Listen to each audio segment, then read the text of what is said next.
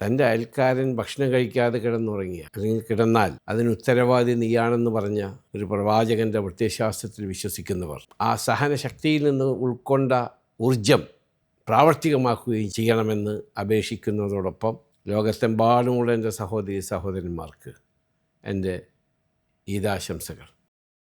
സഹനത്തിൻ്റെയും സമത്വത്തിൻ്റെയും സ്നേഹത്തിൻ്റെയും പരസ്പര സഹായത്തിൻ്റെയും ഒരു മാസമാണ് റമദാൻ.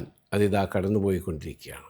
തൻ്റെ അയൽക്കാരൻ ഭക്ഷണം കഴിക്കാതെ കിടന്നുറങ്ങിയാൽ അല്ലെങ്കിൽ കിടന്നാൽ അതിന് ഉത്തരവാദി നീയാണെന്ന് പറഞ്ഞ ഒരു പ്രവാചകൻ്റെ പ്രത്യയശാസ്ത്രത്തിൽ വിശ്വസിക്കുന്നവർ റമദാൻ കഴിഞ്ഞാലും ആ സഹായം തുടരുകയും ആ സ്നേഹം നിലനിർത്തുകയും ആ സഹനശക്തിയിൽ നിന്ന് ഉൾക്കൊണ്ട ഊർജം പ്രാവർത്തികമാക്കുകയും ചെയ്യണമെന്ന് അപേക്ഷിക്കുന്നതോടൊപ്പം ലോകത്തെമ്പാടുമുള്ള എൻ്റെ സഹോദരി സഹോദരന്മാർക്ക് എൻ്റെ ഈദാശംസകൾ.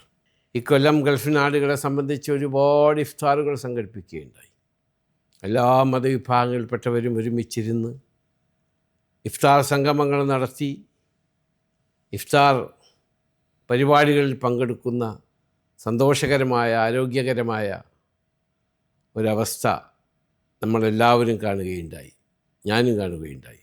ഈ ഗൾഫിലെ ഭരണാധികാരികൾ, വിശാലഹൃദയരായ ഭരണാധികാരികൾ എല്ലാവരെയും ഉൾക്കൊള്ളുകയും എല്ലാവരോടും സ്നേഹത്തോടും സൗഹാർദ്ദത്തോടും കൂടി ജീവിക്കാൻ ഉപദേശിക്കുകയും ഒരു വ്യത്യാസവും കൽപ്പിക്കാതെ എല്ലാവരെയും നമ്മളെ നോക്കുകയും ചെയ്യുന്ന ഇവിടുത്തെ ഭരണാധികാരികൾക്ക് അള്ളാഹു ദൈവം ആരോഗ്യവും ആയുസ്സും ഇസ്സത്തും സമ്പത്തും സമാധാനവും ഈ രാജ്യങ്ങൾക്ക് സമാധാനം ഉണ്ടാകട്ടെ എന്നുകൂടി ഞാൻ പ്രാർത്ഥിക്കുകയാണ്.